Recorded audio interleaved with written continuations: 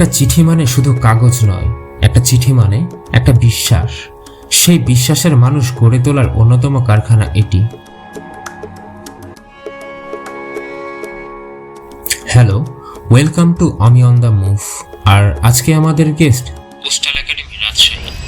স্বাধীন বাংলাদেশের প্রথম দিকেই অনুভব করা হয়েছিল একটি দেশকে এগিয়ে নিতে হলে দক্ষ ডাককর্মী গড়ে তোলা কতটা জরুরি।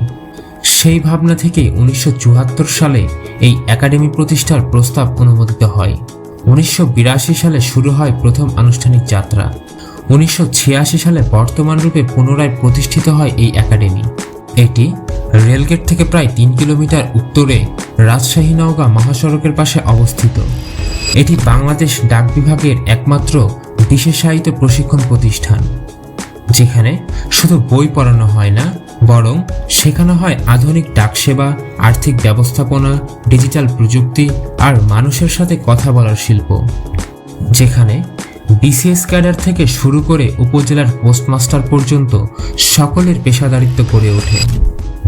এখন পর্যন্ত প্রায় 600টি কোর্সে 6000-এরও বেশি প্রশিক্ষণার্থী এই একাডেমি থেকে নিজেদের তৈরি করেছেন। একটা দেশের ডাক ব্যবস্থা যত বেশি শক্তিশালী হয়, দেশটা তত বেশি এগিয়ে যায়, এবং রাজশাহীর এই পোস্টাল একাডেমি সেই শক্তিটাই তৈরি করে চলেছে।